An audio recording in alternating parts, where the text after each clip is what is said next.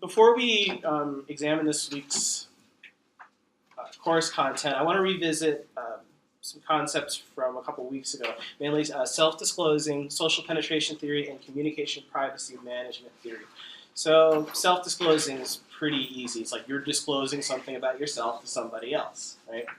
And that's usually based on like trust and building towards trust over time. The more you know somebody, the longer you know somebody, the more you trust them, the more you're willing to disclose. Does anybody remember what social penetration theory was, or how that worked? Yeah, exactly, the onion theory. So when we're talking about these concepts, think about the onion, the different layers of the onion. There's the core, which is who you are. The next layer is like the super duper person, like your best friend, maybe your romantic partner, maybe a parent or sibling.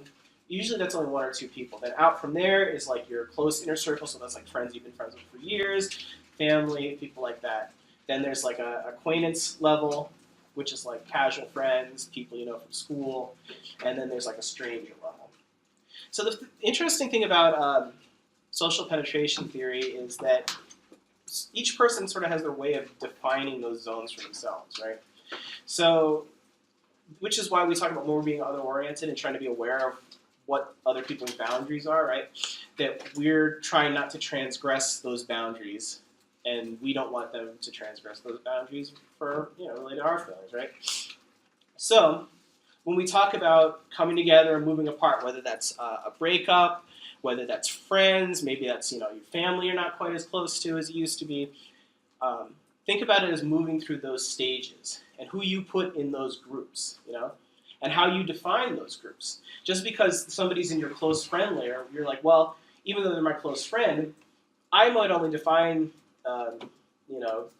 this level of trust or this level of intimacy, and that's as close as people typically are, I feel is comfortable sharing, right? This out. There we go.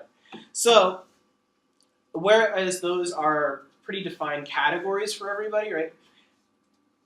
Each person has their own way of defining what the qualities of those sections are. So everybody has their own amount that they feel comfortable sharing with an acquaintance versus a very close friend.